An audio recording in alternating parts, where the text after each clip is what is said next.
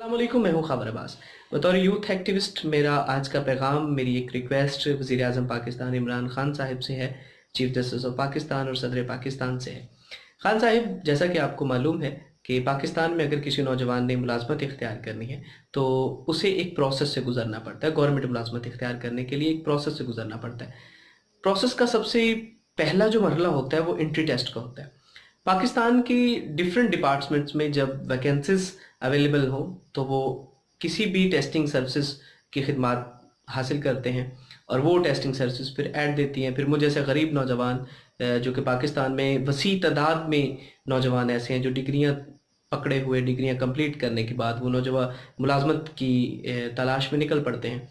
तो वो नौजवान जब अप्लाई करते हैं तो उन्हें भारी भरकम फ़ी पे करना पड़ती है, चाहे वो NTS हो, चाहे वो PPSC हो, चाहे वो NTS हो, चाहे वो OTS हो। जितने भी different types of testing services Pakistan में काम करें, भारी भरकम पहले फ़ी पे करना पड़ती है उनको। 1000 हो, 1500 हो, कोई 1200 ले रहा है, कोई 600 ले रहा है, कोई 800 ले रहा है। फ़ी पे करने के साथ साथ सबसे पहला मसला तो ये है कि पहले नौजवान अपने हालात से तंग हैं। पाकिस्तान में हालात ऐसे हैं कि ज़्यादातर जो नौजवान हैं वो गुर्बत की लाइन में हैं और वो अपनी स्ट्रगल, अपनी लाइफ को बेहतर से बेहतर बनाने के लिए स्ट्रगल में जारी हैं। तो फिर जब वो मुलाजमत इख्तियार करने के लिए गवर्नमेंट सेक्टर की तरफ आते हैं तो उनको इतनी भारी जो फ़ी है, अखराजात है, वो बर्दाश्त करना पड़ते हैं। तो मेरी सबसे पहले गुजारिश है, आपसे रिक्वेस्ट है वज़ीर आज़म साहिब, कि सबसे पहले तो जितनी भी सर्विसेज पाकिस्तान में काम कर रही हैं उनके जो फ़ीस स्केड्यूल है उन पर नज़रसानी करें, या तो उसको ख़त्म कर दें। अगर ख़त्म नहीं कर सकते तो कम कर दें ताकि नौजवानों के लिए अफोर्डिंग हो सके।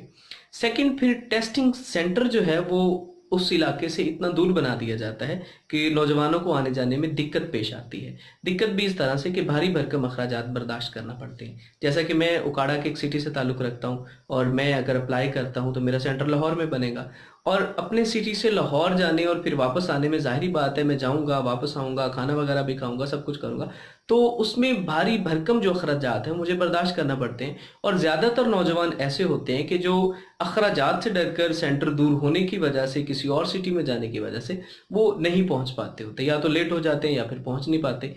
तो आपसे गुजारिश है कि तमाम टेस्टिंग सर्विसेज, चूँकि एक अगर वैकेंसी है तो उस पर हज़ारों की तादाद में नौजवान अप्लाई कर रहे होते हैं। अगर 10 वैकेंसीज हैं तो हज़ारों की तादाद में लोग अप्लाई कर रहे होते हैं, तो इतना ज़्यादा उनको रेवेन्यू इकट्ठा होता है। तो अगर वो अपनी तादाद को बढ़ाकर, अपने जो काम कर रहे हैं उनको बढ़ाकर, वो उसके सिटी के हर मेन डिस्ट्रिक्ट में अगर वो सेंटर बना लेते हैं, हर डिवीज़न में अगर वो सेंटर बना लेते हैं, डिस्ट्रिक्ट में सेंटर बना लेते हैं, तो नौजवानों को आने जाने के जो मसाइल होंगे वो भी कम पड़ जाएंगे। तो आपसे गुजारिश है कि सबसे पहले तो जो फ़ी लेते हैं उनको आप उन पर थोड़ी नज़रसानी करें, और जो सेंटर हैं उन पर भी नज़रसानी करें कि वो हर एक डिस्ट्रिक्ट, अगर वो डिवीज़न लेवल पर बना सकते हैं तो डिवीज़न लेवल पर बना दें, और नहीं तो बेहतर तो यह है कि डिस्ट्रिक्ट लेवल पर हर एक सेंटर बनाया जाए ताकि नौजवानों को आने जाने में कोई दिक्कत महसूस ना और भारी भरकम अखराजात भी बर्दाश्त ना करने पड़े। तमाम दोस्तों से गुजारिश है जो पैगाम सुन रहे हैं वो ज़्यादा से ज़्यादा शेयर करें ताकि नौजवानों का जो सबसे बड़ा ये मसला है उसको सॉल्व किया जा सके। आपकी मोहब्बतों का बेहद शुक्रिया।